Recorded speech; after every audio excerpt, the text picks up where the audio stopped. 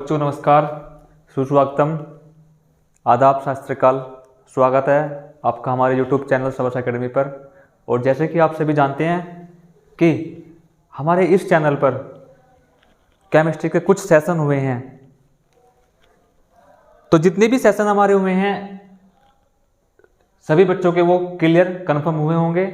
हमें विश्वास है कि सभी बच्चे अपनी पढ़ाई अच्छे से कर रहे होंगे। तो हम अब लेके आए हैं आपके लिए एक नया सेशन, जिसमें हम केमिस्ट्री के वो महत्वपूर्ण क्वेश्चन को सोल्व करने की कोशिश करेंगे, जो क्वेश्चन वाकई में ही बोर्ड के एग्जाम की दृष्टि से बहुत बहुत इम्पोर्टेंट है। ठीक है, तो हम फर्स्ट क्वेश्चन स्टार्ट करते हैं। कहाँ है?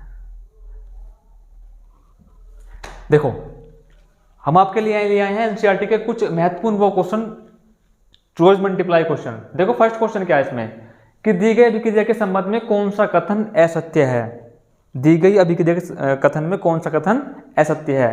देखो यहाँ पे देखने वाली चीज ये है कि हमको क्या चेक करना है, कौन सा कथन असत्य है। सिर्फ और सिर्फ हमको क्या लिखाना है, कौन सा कथन असत्य है। और जब तक हम ये कंफर्म नहीं कर पाएंगे कौन सा कथन असत्य है, सत्य और असत्य है, तब तक हमें क्वेश्चन के बारे में संपूर्ण जानकारी नहीं मिल पाएगी। ठीक है, इसमें पूछ रहा है हमको पीबीओ। ये क्या कह रहा है, पीबीओ में अगर मैं कार्बन को ऐड करता हूँ, कार्बन के साथ अभिक्रिया कराता हूँ, तो मेरे पास क्या बनता है, PB plus carbon dioxide gas बाहर निकलती है। ठीक है, अगर मैं लेड ऑक्साइड की अभिक्रिया कार्बन के साथ करा रहा हूँ, लेड ऑक्साइड की अभिक्रिया किसके साथ करा रहा हूँ, कार्बन के साथ करा रहा हूँ, तो मेरे पास क्या बनता है, लेड प्लस कार्बन डाइऑक्साइड निकलती है। ठीक है, और लेड को आप यहाँ पे लिख सकते हैं, जो लेड का मतलब होता है पीबी, उसको बोलते हैं आप सीसा। क्या बोलते हैं उसको आप, सीसा। ठीक है, देखो और हमको जो ऑप्शन दिए हैं कि सीसे का यानी कि पीबी का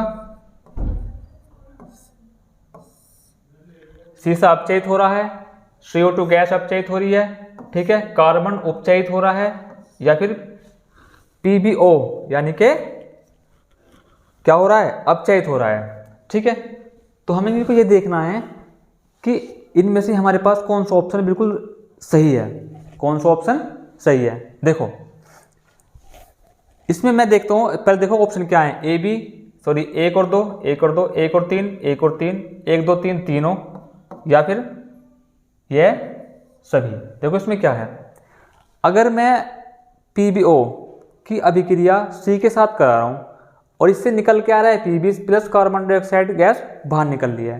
ठीक है, तो इसमें देखो होता क्या है, ये मेरे पास लेड ऑक्साइड है यानी कि सीसा है, अभिक्रिया किसके साथ हो जाए, पीबीओ अभिक्रिया हो जाए कार्बन के साथ, क्या बन रहा है, only for PB, carbon dioxide gas बाहर निकल रही है। अब देखो यहाँ पे है क्या, क्वेश्चन को कराने से पहले मैं जो आपके मेरे पास ये थ्योरेटिकल ऑप्शन में लेके आया हूँ, इसको समझो इसमें है क्या। ठीक है, इसमें समझो इस क्वेश्चन में दिया हुआ क्या है और हमसे क्या पूछना चाह रहा है वो क्वेश्चन में, ताकि हम सही ऑप्शन को चूज कर पाए। देखो इसमें क्या करा है, अतः पीबीओ में ऑक्सीजन हट रही है, आप कहोगे ये पीबीओ है, पीबीओ से जब यहाँ पे ऑक्सीजन हट रही है, देखो पीबीओ है यहाँ पे, इसमें से यहाँ पे ऑक्सीजन हट रही है, तो इसका मतलब क्या हो रहा है, ऑक्सीजन का अपचयित हो रहा है, ऑक्सीजन अपचयित हो रही है। ठीक है, फिर यहाँ पे क्या है, कार्बन, ये कार्बन के साथ ये O यहाँ पे आगे जुड़ रहा है, तो इसका मतलब क्या है कि यहाँ पे कार्बन क्या हो रहा है, उपचयित हो रहा है।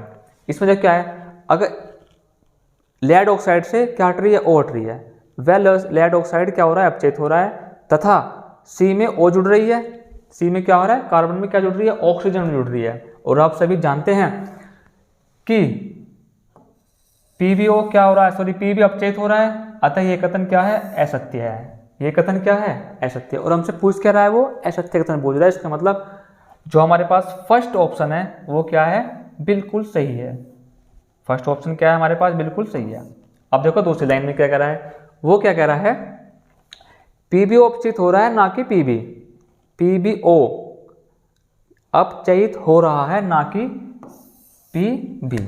ठीक है, देखो दूसरा जो पॉइंट इसमें क्या कह रहा है, कार्बन डाइऑक्साइड उपचयित हो रहा है, यह कथन असत्य है।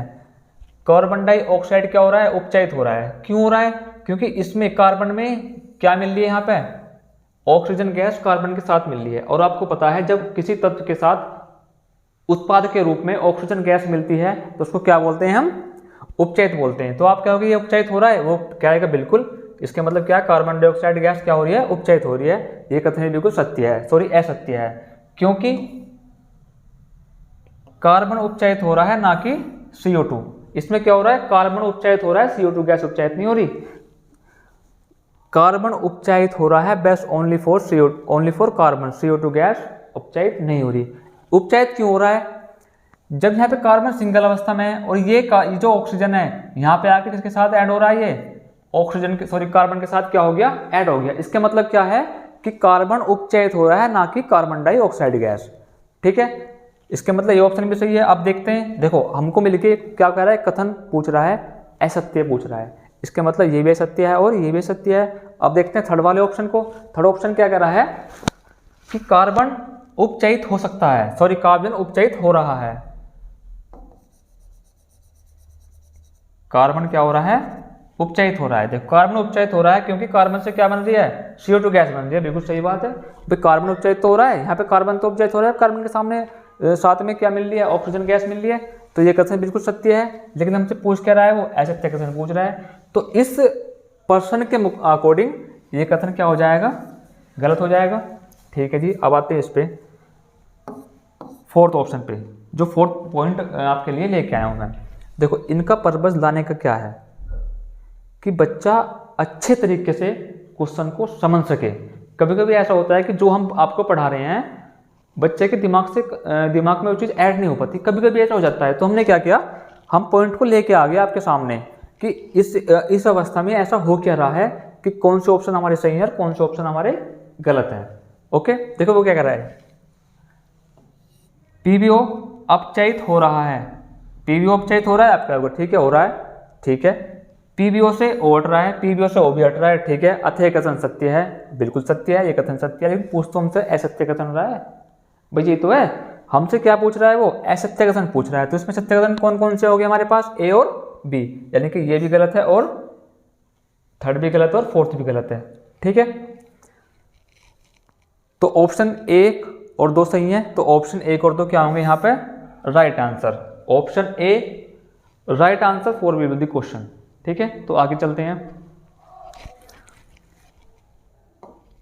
अगला क्वेश्चन क्या कह रहा है, दी गई अभिक्रिया किस प्रकार की है, दी गई अभिक्रिया किस प्रकार की है। ठीक है, वो क्या कह रहा है कि Fe2O3 plus aluminium Al2O3 plus Fe।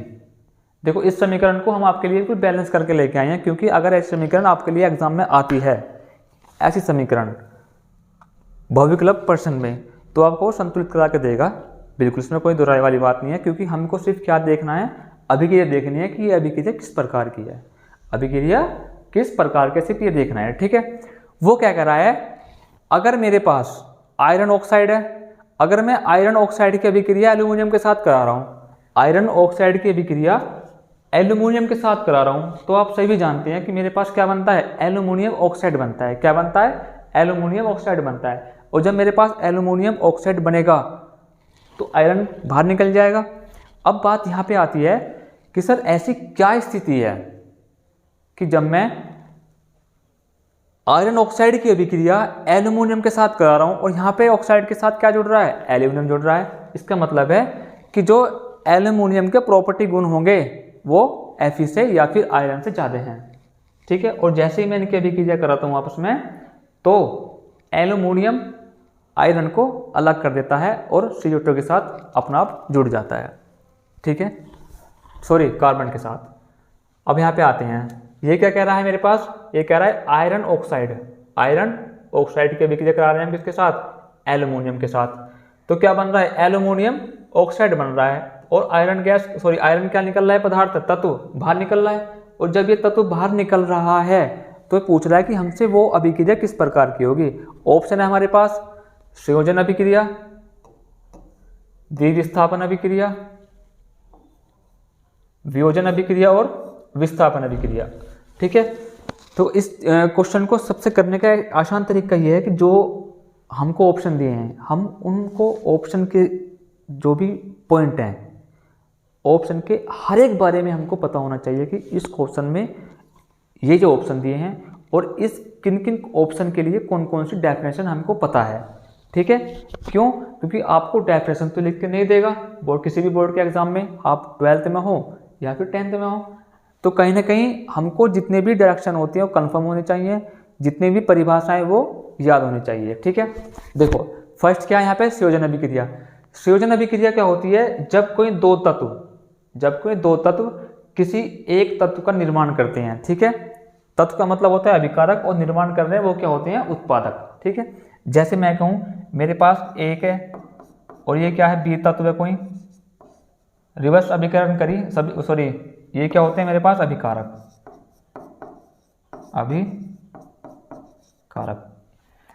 अभी किन्हीं दो अभिकारक को मिलाने के बाद जो नया प्रोडक्ट बनता है, नया उत्पाद बनता है, मैं कहूँ मेरे पास क्या बन गया? ए बी बन गया। इसको क्या बोलते हैं? उत्पाद बोलते हैं, उत्पाद बोलते हैं। यानी कि कोई भी दो या एक या दो या फिर दो से अधिक अभिकारक, एक दो या दो से अधिक अभिकारक किसी नए प्रोडक्ट का या फिर नए उत्पाद का निर्माण करते हैं। उत्पाद हमेशा एकल होना चाहिए संयोजन अभिक्रिया के अंदर। ठीक है, तो वो क्या हो जाएंगे हमारे पास? संयोजन अभिक्रिया कहलाएंगे। देखो लिखा हुआ भी है, एक दो या दो से अधिक अभिकारक मिलकर एकल उत्पादक क्या बनाते हैं? निर्माण बनाते हैं। अब आप आओ डेफिनेशन पे, सॉरी केमिकल रिएक्शन पे आओ। अभिकारक मिलकर क्या बना रहे हैं? उत्पाद बना रहे हैं, लेकिन उत्पाद तो मेरे पास दो में, भाई उत्पाद बन रहा है तो इसमें एक जो तत्व है ये वाला Fe लोहा है, आयरन है, ये भी तो बाहर निकल रहा है, तो कौन उत्पादन में इसको भी करेंगे। ठीक है, इसका मतलब ये ऑप्शन क्या है मेरे पास? गलत हो गया, ये ऑप्शन गलत हो गया। अब आते हैं द्विविस्थापन अभिक्रिया। द्विविस्थापन अभिक्रिया आप सभी जानते हैं कि द्विविस्थापन अभिक्रिया में आयनों का आदान प्रदान होता है। किसका? आयनों का, यानी कि प्लस और माइनस क्या होता है? आयनों का आदान प्रदान होता है। कैसे होता है? अगर मैं करूं मेरे पास एक कोई भी रिएक्शन है, यहां पे कर देता हूं इस वाले की, क्या होता है? आयनों का आदान प्रदान होता है। कैसे होता है? अगर मैं NaCl को, नमक को, NaCl को, इसकी मैं अभिक्रिया कराता हूं, मेरे पास क्या निकलता है? Na निकलता है प्लस Cl निकलता है। ठीक है, यानी कि सोडियम और क्लोरीन गैस, कोलेटिव गैस बाहर निकलती है। इसका मतलब क्या होता है? देखो Na के ऊपर हमेशा प्लस होता है चार्ज और Cl के ऊपर क्या होता है? माइनस होता है। इसके मतलब क्या है? जो हमारे पास सोडियम है, Na है, वो इलेक्ट्रॉन को देने की क्षमता रखता है, इलेक्ट्रॉन को देने की रखता है, क्षमता रखता है। ठीक है, अब आते हैं बात Cl पे। Cl क्या है? Cl इलेक्ट्रॉन ले सकता है पर किसी भी तत्व को इलेक्ट्रॉन दे नहीं सकता। समझ रहे हो आप? यानी कि जो Na है उसके ऊपर प्लस चार्ज लगा हुआ है, पॉजिटिव चार्ज लगा हुआ है। इसका मतलब है जो Na है ये अपना आप में क्षमता रखता है अपने बाहरी कक्षा के इलेक्ट्रॉन को देने की। जो मेरे पास Cl है वो इलेक्ट्रॉन देता नहीं है, सिर्फ लेने की क्षमता रखता है, देने की क्षमता नहीं रखता। अगर देने की क्षमता नहीं रखता तो इसीलिए इस पे माइनस चार्ज लगा हुआ होता है या फिर लगता है। ठीक है, इसके मतलब क्या है? इसमें क्या होता है? आयनों का आदान प्रदान होता है। आयनों का क्या होता है? आदान प्रदान होता है। अब यहाँ पे आयनों का आदान प्रदान तो हो नहीं रहा है, नहीं हो रहा ना। इसके मतलब क्या है? मेरे पास द्विविस्थापन अभिक्रिया भी नहीं है ये वाली, क्योंकि इसमें आयनों का कोई मैटर नहीं है, आयनों का आदान प्रदान इसमें हो ही नहीं रहा है। ठीक है, थर्ड क्या है मेरे पास? वियोजन अभिक्रिया। क्या है? वियोजन अभिक्रिया। वियोजन अभिक्रिया का जो डेफिनेशन है वो क्या होती है? एक अभिकारक टूटकर एक या एक से अधिक क्या बना रहा है? उत्पाद बना रहा है। एक अभिकारक टूटकर एक या एक से अधिक क्या बना रहा है? उत्पाद बना रहा है। अगर मैं इस वाले रिएक्शन को ही यहां लेके आऊंगा, इसमें क्या कर रहा है? एक अभिकारक NaCl, भाई इसमें ये अभिकारक ही तो है। ठीक है, एक या एक से अधिक क्या बना रहा है? उत्पाद बना रहा है। एक या एक से अधिक क्या बना रहा है? यहाँ पे उत्पाद बना रहा है। तो वो क्या है? वियोजन अभिक्रिया है। कौन सी होती है वो? वियोजन अभिक्रिया। अब इसमें ऐसा तो है नहीं, क्योंकि इसमें अभिकारक ही दो हैं और दो ही उत्पाद बना रहा है, तो कहीं ना कहीं ये वियोजन अभिक्रिया भी नहीं होगी, वियोजन अभिक्रिया भी नहीं होगी। अब फोर्थ ऑप्शन देखते हैं, विस्थापन अभिक्रिया। विस्थापन अभिक्रिया, ठीक है, इसमें क्या होता है? कोई भी तत्व अपना स्थान छोड़कर अपने प्रॉपर्टी गुण के अनुसार किसी दूसरे तत्व के साथ जाकर मिल जाता है। ठीक है, इसमें क्या होता है? इसमें एल्यूमिनियम जो है आयरन ऑक्साइड यानी कि FeO3 से क्या कर रहा है, ओ को सॉरी Fe को यानी कि आयरन को क्या कर रहा है, विस्थापित कर रहा है। देखो कर रहा है नहीं कर रहा, देखो FeO3 आयरन ऑक्साइड की जब मैं अभिक्रिया कर रहा हूँ एल्यूमिनियम के साथ Al के साथ, तो मेरे पास क्या बन रहा है, एल्यूमिनियम ऑक्साइड बन रहा है, ठीक है जी, और Fe बाहर निकल लिया है। तो यहाँ पे जो एल्यूमिनियम है ये उत्पाद के रूप में इसके जाके मिल रहा है, O3 से जाके मिल रहा है, और Fe गैस कहाँ निकल रही है, सॉरी Fe जो तत्व है वो कहाँ निकल रहा है, लोहा बाहर निकल रहा है। तो क्या इस डेफिनेशन के अकॉर्डिंग ये वाला ऑप्शन सही है आपका, आप कहोगे सही है, ठीक है। तो ये कौन सी अभिक्रिया है मेरे पास, विस्थापन अभिक्रिया। कौन सी है ये, विस्थापन अभिक्रिया, यानी कि इस प्रकार की जो अभिक्रिया होंगी वो टोटल विस्थापन होगी, ठीक है। इसमें आयनों का आदान प्रदान नहीं हो रहा है, कोई भी एक अभिकारक एक या एक से अधिक उत्पाद नहीं बना रहा है, ठीक है, ओके। इसमें आयनों का आदान प्रदान में जैसे आपने पहले पढ़ा था, इसमें 2 या 2 से अधिक अभिकारक एक नए उत्पाद का निर्माण भी नहीं कर रहे हैं। इसमें क्या कर रहे हैं, सिर्फ और सिर्फ Fe Al Al Fe। इसका मतलब जो ये आयरन है किसके साथ मिल रहा है जाके, ये वाला Fe तो अलग हो रहा है इसमें, और एल्यूमिनियम के साथ कौन मिल रहा है, ऑक्साइड। तो इसके यहाँ पे क्या बन रहा है, एल्यूमिनियम ऑक्साइड। समझ में आया होगा सभी को। तो चलते हैं हम अगले क्वेश्चन की तरफ। अगला क्वेश्चन देखो क्या कह रहा है। अगला क्वेश्चन कह रहा है हमारे पास, लोहे के चूर्ण पर अगर मैं तनु हाइड्रोक्लोरिक अम्ल डालता हूं तो मेरे पास क्या बनता है। अगर मैं लोहे के चूर्ण पर तनु हाइड्रोक्लोरिक अम्ल डालता हूं तो क्या बनता है। आपको पता है लोहे का चूर्ण क्या होता है, Fe होता है। क्या होता है, Fe। देखो ये रहा, अगर मैं लोहे के चूर्ण पर, लोहे का चूर्ण Fe है, तनु हाइड्रोक्लोरिक अम्ल, हाइड्रोक्लोरिक अम्ल क्या होता है, HCl, हाइड्रो और क्लोरिक यानी कि हाइड्रोक्लोरिक अम्ल।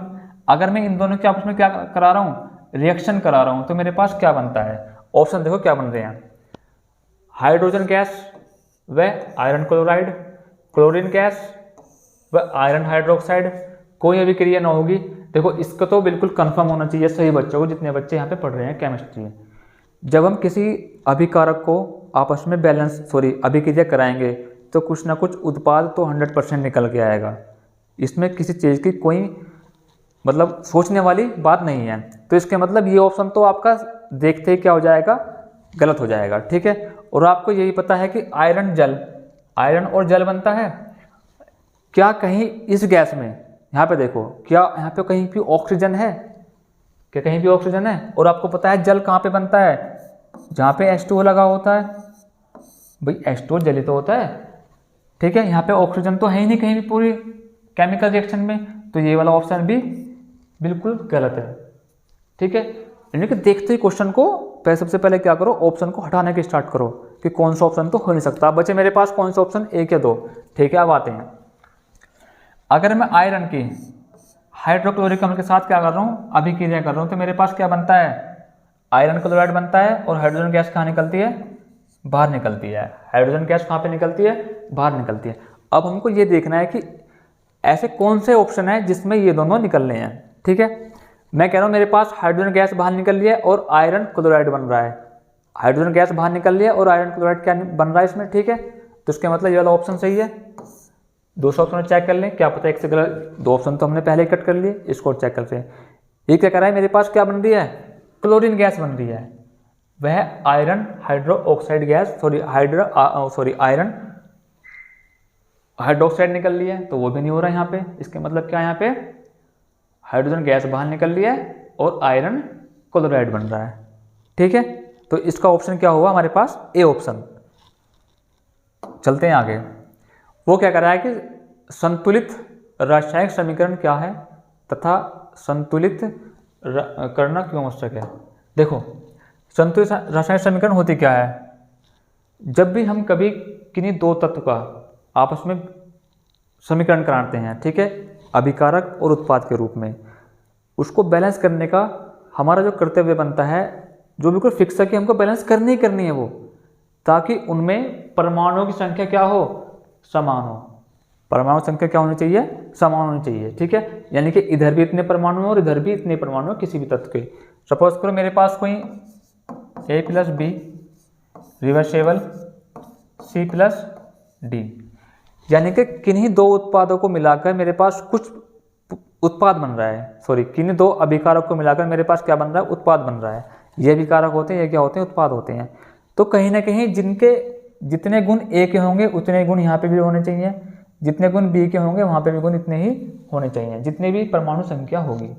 ठीक है, जैसे मैं कहूँ मेरे पास यहाँ पे Na है, कोई भी रिएक्शन हो, चाहे बड़ी से बड़ी या फिर छोटी से छोटी, मेरे पास Na है। अगर मैं Na को यहाँ पे लगा रहा हूँ, ठीक है, या फिर मैं कार्बन की ऑक्सीजन के साथ क्या कर रहा हूँ, अभिक्रिया कर रहा हूँ। अगर मैं कार्बन को ऑक्सीजन की उपस्थिति में दहन कर रहा हूँ तो मेरे पास क्या बनती है, CO2 गैस बनती है। कौन सी बनती है, CO2 गैस बनती है। सभी पता है CO2 गैस बन रही है। अब इनको बैलेंस करने का सिर्फ एक ही पर्पज है कि जितने परमाणुओं की संख्या इधर है उतनी ही परमाणु संख्या मुझे इधर चाहिए, 100% चाहिए, अन्य तो क्वेश्चन बैलेंस नहीं होगी। और जब कोई भी समीकरण बैलेंस नहीं होगी तो वो क्या होती है, बेकार होती है। अर्थात जो भी समीकरण बैलेंस नहीं है वो केमिकल रिएक्शन संवेग संरक्षण का नियम का पालन नहीं करती। ठीक है, कंफर्म समझ, मतलब सबके समझ में आया होगा कि हम बैलेंस करते क्यों हैं। ये क्वेश्चन आपके लिए नया है और ये क्वेश्चन मैं लेके आया हूँ सिर्फ आपके लिए, सभी को समझ में आया होगा। ठीक है, क्योंकि यह संवेग संरक्षण के नियम का पालन करती है। संवेग संरक्षण का नियम, संवेग संरक्षण का नियम क्या करती है, पालन करती है। कोई भी केमिकल रिएक्शन हो संवेग संरक्षण के नियम का पालन ही करेगी। क्यों करेगी, आप सभी जानते हैं इधर क्या बनता है, अभिकारक बनता है। क्या बनता है इधर, अभिकारक। इधर क्या बनता है, उत्पाद बनता है। जब अभिकारक और उत्पाद आपस में क्या होंगे, बराबर होंगे, अभिकारक और उत्पाद क्या होंगे, आपस में बराबर होंगे, तभी कोई भी समीकरण हो, तभी संवेग संरक्षण के नियम का पालन करेगी। क्यों, क्योंकि यहाँ पे अब जितने अभिकारक है उतने मेरे पास क्या है, उत्पाद हैं।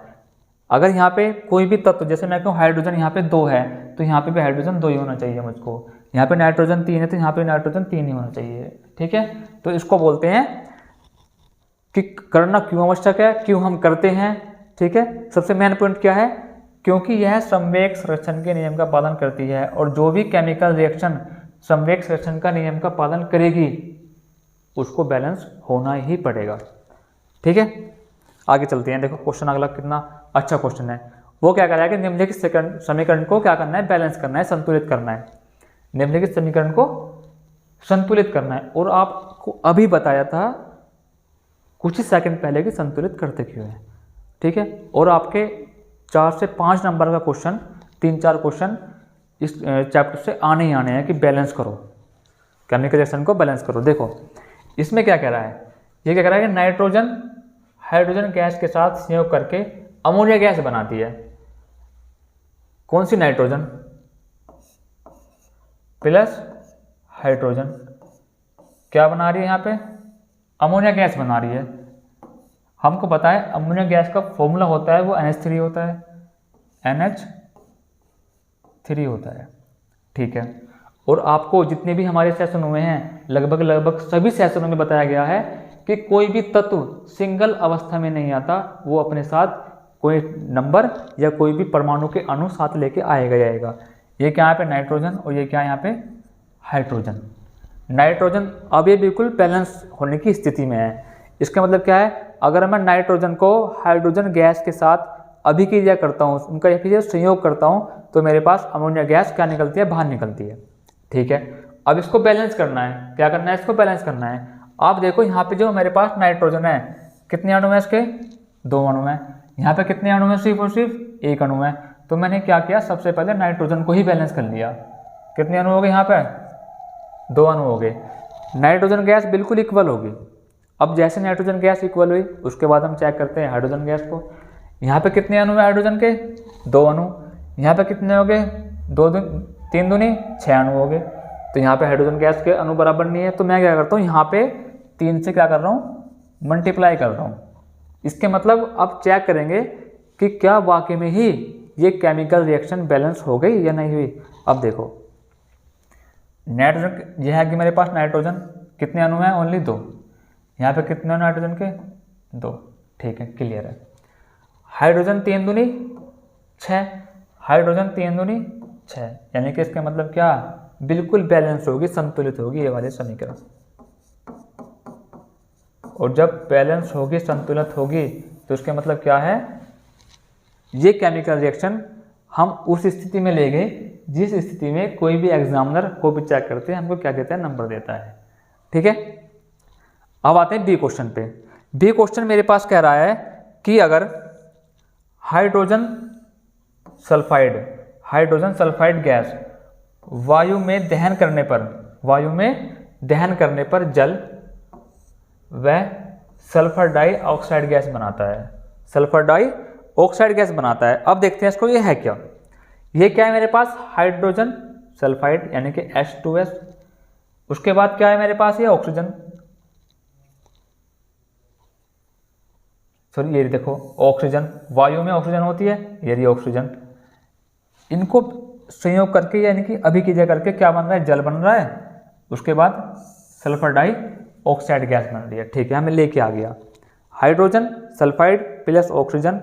ठीक है, इसको मैंने केमिकल रिएक्शन कराई, क्या बन के आया है? जल और सल्फर डाइऑक्साइड गैस बन के आ गई। अब इसको क्या करना है? बैलेंस करना है। ठीक है, अब इसको बैलेंस करते हैं। सबसे पहले जैसे H है, H को देख लो, देखो किसी भी तत्व को उठा लो आप, बस लास्ट में आके उन तत्व के परमाणुओं की संख्या दोनों तरफ अभिकारक और उत्पाद संख्या इक्वल होनी चाहिए। जैसी संख्या इक्वल हो जाएगी बैलेंस हो जाएगी समीकरण। ठीक है, देखो हमने देखा यहाँ पे भी H के 2 हैं, यहाँ पे भी H के 2 हैं, H क्लियर है। यहाँ पे H का 1 है, यहाँ पे H का 1 है। ठीक है जी, यहाँ पे O के कितने हैं? 2 हैं। और यहाँ पे एक O ये है और 2 ये हैं। O कितने हो गए मेरे पास? 3 हो गए। तो देखते हैं जरा, इसको करने की कोशिश करते हैं। अगर मैं यहाँ पे 2 से मल्टीप्लाई कर दूँ, कितने से? 2 से, तो कितने जाएंगे? 2 दूनी 4, भाई 2 ये 2 दूनी 4 हो गए। अगर मैं यहाँ से 2 से मल्टीप्लाई कर दूँ तो 2 ओके हो गए और 2 ये, क्या ये सही ओ बैलेंस हो रहा है? ठीक है जी, हो रहा है। ठीक है, अब देखते हैं हम हाइड्रोजन गैस को। किसको? हाइड्रोजन को। कितने अणु हाइड्रोजन के? 2 और 2 दूनी 4, इसका मतलब 2 दूनी 4 यहाँ पे हो जाएंगे। ठीक है, ओके। अब मैंने देखा जैसे ही मैंने 2 से यहाँ पे मल्टीप्लाई करी हाइड्रोजन सल्फाइड में, एस के जो अणु हैं सल्फाइड, जो सल्फर है उसके अणु कितने हो गए मेरे पास? 2 हो गए। यहाँ पे 1 है, तो मैं इसको यहाँ पे 2 से मल्टीप्लाई करनी पड़ेगी नहीं पड़ेगी? आप क्या होगा? बिल्कुल करनी पड़ेगी। ठीक है, अब जैसे ही मैंने यहाँ पे 2 से मल्टीप्लाई की तो हमारे पास जो ऑक्सीजन है वो अनबैलेंस हो गया। अब इसको देखते हैं, देखो ऑक्सीजन कैसे हो गया। यहाँ पे ऑक्सीजन कितने हैं? 2 दूनी 4। इधर कितने ऑक्सीजन के अणु है मेरे पास? 2 दूनी 4। यहाँ पे कितने हो गए? 2 दूनी 4 और 2 6 हो गए। यहाँ पे तो भाई 2 तो ऑक्सीजन ये रहे यहाँ पे,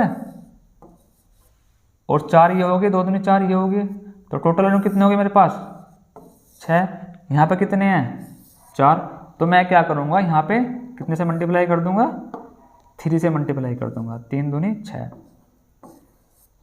हो गया, बिल्कुल क्लियर। अब एक बार चेक कर लेते हैं क्या सभी तत्व के परमाणु के या फिर अणुओं के जितने भी परमाणु हैं वो क्या बैलेंस हैं? इक्वल हैं।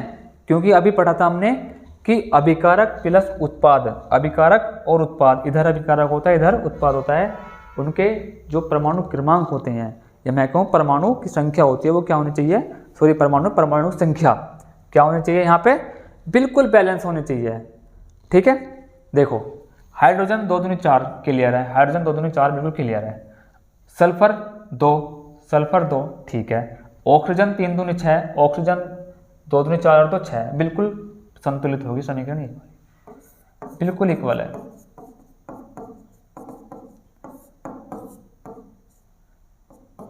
सभी बच्चों को समझ में आ रही होगी। ठीक है, अगर कोई बच्चा ऐसा हो जिसको अब भी थोड़ी प्रॉब्लम है, ठीक है, तो आज के लिए हम आपके लिए सेशन इतने लेके आए हैं। और आपके लिए थोड़ी सी सूचना मैं देना चाहता हूँ कि जैसे आप सभी जानते हैं कि आने वाली 31 अक्टूबर को सरदार वल्लभ भाई पटेल की जयंती है। ठीक है, तो मैं आशा करता हूँ सभी से कि सरदार वल्लभ भाई पटेल की एक जयंती मनाएं, क्योंकि आप सभी जानते हैं कि सरदार वल्लभ भाई पटेल का इस संविधान में और देश को आज़ाद कराने में, सभी रियासतों को एक तरफ लाने में कितना बड़ा योगदान है। ठीक है, तो अगर आप सभी का प्यार हमें मिलता रहा तो हम कोशिश करेंगे कि एक छोटी सी वीडियो इसके लिए भी लेके आएँ। ओके, धन्यवाद।